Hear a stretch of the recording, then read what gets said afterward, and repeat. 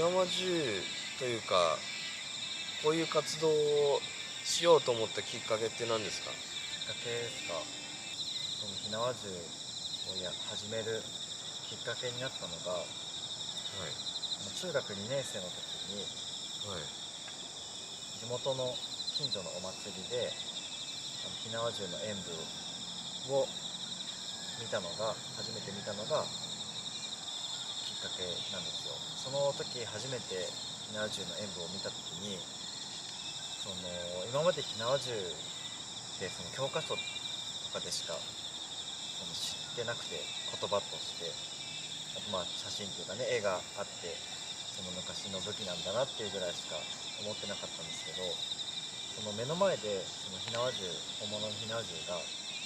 音を出して、動いてるのを見た時にもう一気に引き込まれたっていうんですかね。なんか今までは歴史上昔の人みたいな、昔のものみたいな風に思ってたので、同じ日本のこととはいえども目の前で動いてるのを見た時に、今この自分がいる場所も時代も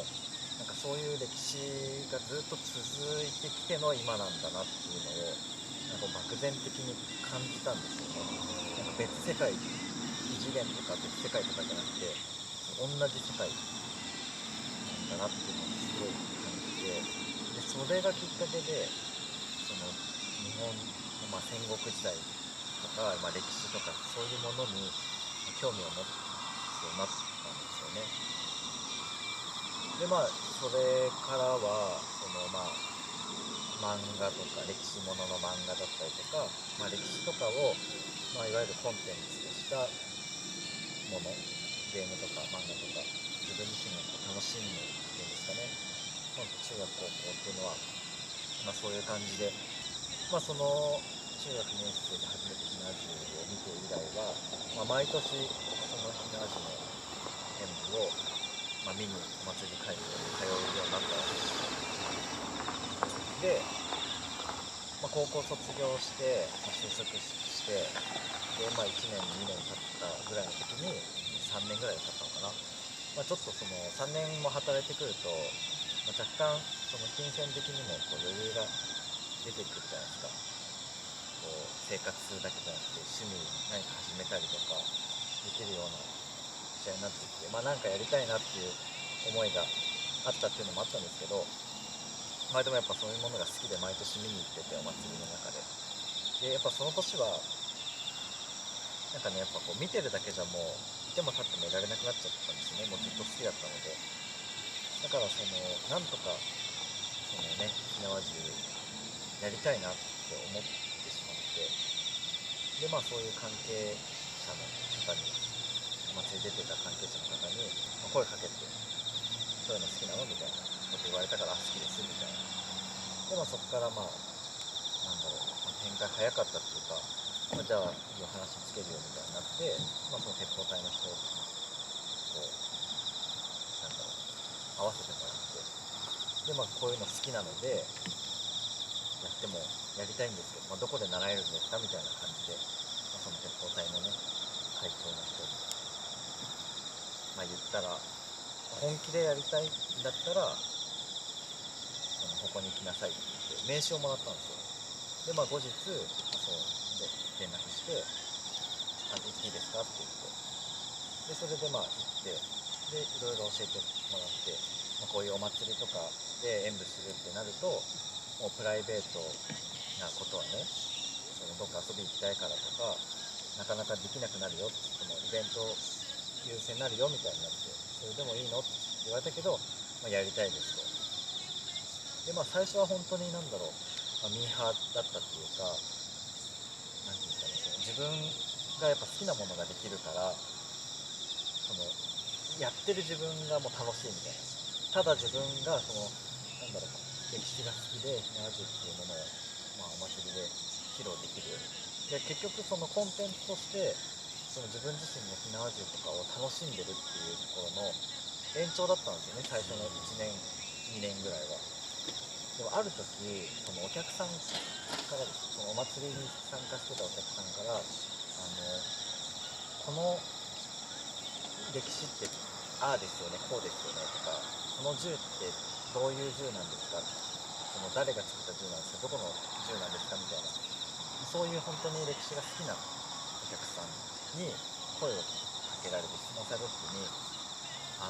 ちゃんとした答えが返せなかったんですよ。でちゃんとした答えを返さなかったっていうのは、結局自分が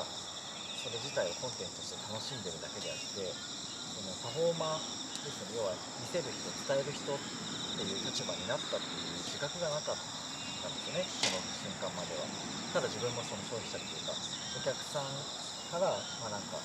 一歩近づいただけで、ただ中でやってるだけでその楽しんでるっていう状況だったんですよね。でそれを実感した時に、自分がお客さんとしてそのお祭りに来た時は、その聞いたことに対していろいろ答えてくれたりして、でそれでそうなんだってなったから、より興味を持ったり、なんならやってみたいと思ったわけですよね。でそれができなかったんですよね、その自分が聞かれた時に。でその時にもう自分はその楽しむ側じゃなくて、伝える側、楽しませる側、もちろんその楽しむっていうことは忘れてはいけないんですけど、それがないと続かないんでね。ただそれ以上にその伝えるとか残すっていうことも真剣にやっていかないとダメなんだなっていうのをその時にすっごい深く思って、でそれからは本当に変わって、その自分が楽しいって思う範囲だけを、勉強するんじゃなくて、もうまんべんなく何を聞かれても答えれるようにいろいろ知ってなきゃいけないなっていうのはすごい思って、もともと歴史とか好きだったので、その勉強することは苦ではなくて、それ自体も楽しいんですよ。本当にアウトプットを前提に勉強するので、本当に入ってくるのも早くて、いろいろ学んで、で今はね、ネットとかで簡単に調べられる時代だから、ネットでも調べられるんですけど、ただネットで調べられるようなことっていうのは、やっぱそういうのが好きでお祭りに足を運んでくれるお客さんっていうのはもちろん知ってることのが多いので、やっぱそういうお客様を楽しませるんだってなってくると、やっぱネットで調べては出てこないような知識もやっぱ身につけておかないと、そうなってくると、やっぱその図書館に行ったりとか、本を買って調べたりとか、ネットに載ってないようなことも、自分で調べていくようになるわけですよ。でそういうふうにその今まで知らなかったような、その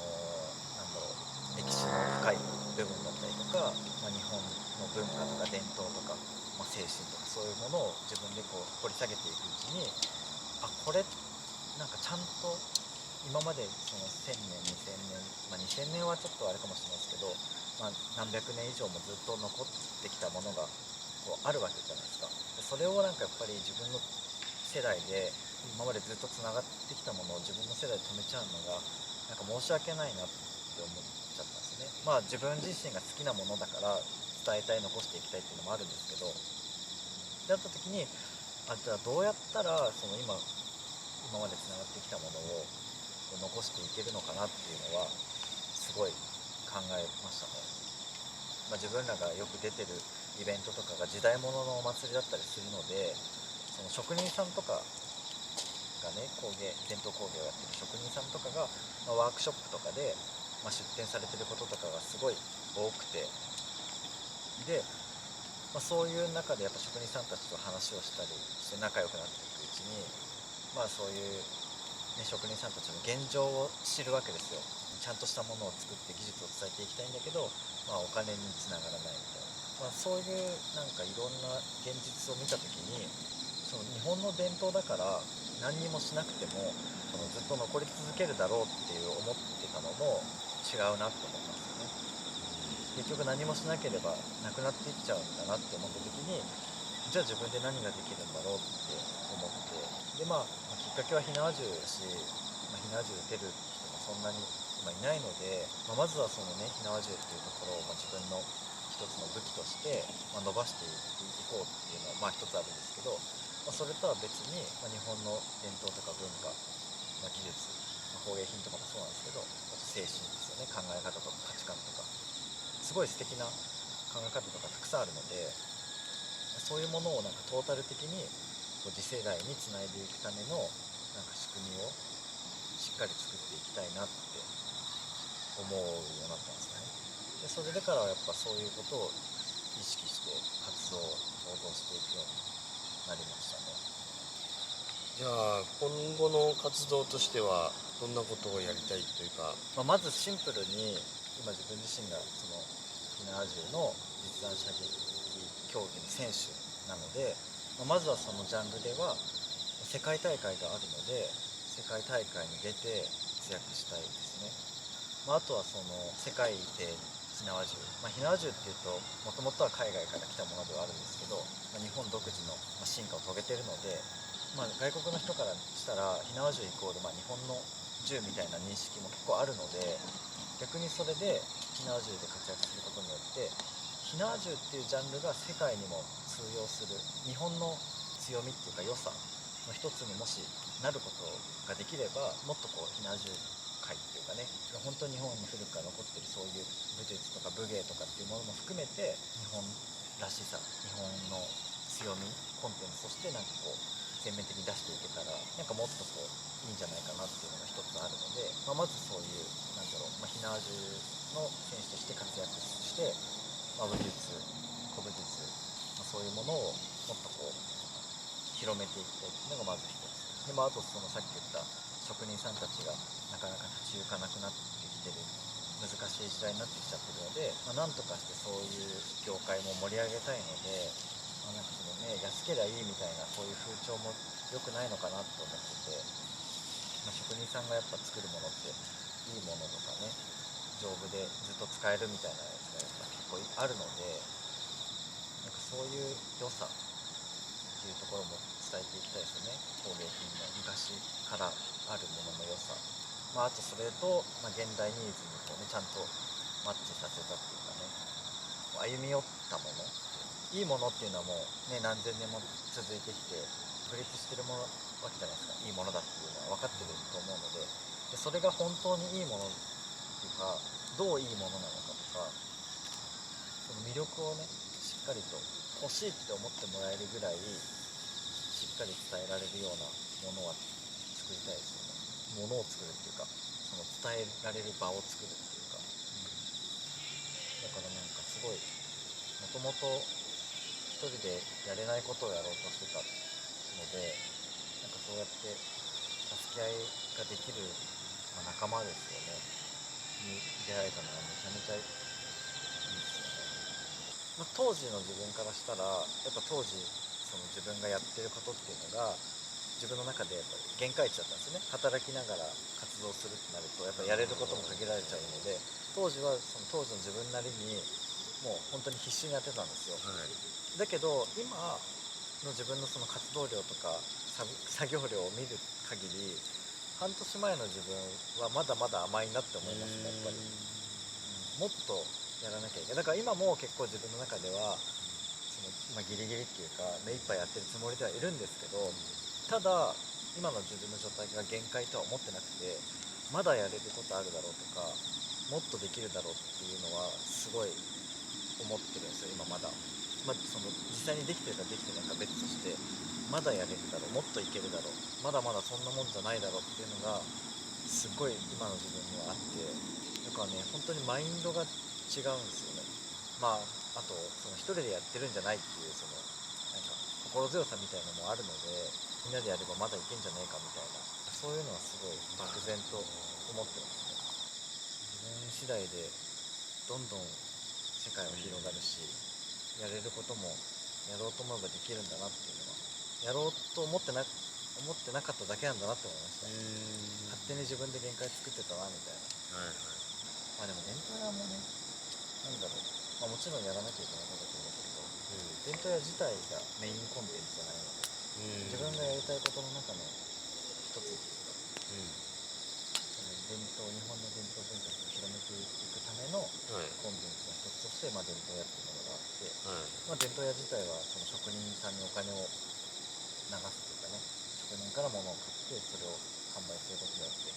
職人さんにお金が落ちるじゃないですか。そういう仕組みを作るためにそもそも始めたので、そう海外から作られたものをたくさん買われちゃうと職人さんは一切儲からない、職人さんがちゃんと生き残ってくれないと技術も生き残らないので、じゃあまず職人さんを食わしていくっていうとちょっとおがましいんですけど、まあ、一緒に残していける環境を作りたいなみたいなところから始まったので、今は物販でね、職人さんから物を仕入れて、ただ買うっていう、売るっていうことだけを今はメインでやってるんですけど、まあ、本当は職人さんの工房とかをこう撮る、撮影したりとか、まあ、あと職人さんと、まあ、1対1でこうインタビューみたいな、なんかどういう思いでやってるのかとか、なんでこういうものを、ね、職業としてやろうと思ったのか、あとどういうこだわりがあってやってるとか、楽しいことは大変なことは何だとか、なんかそういう職人さんのなんか思いって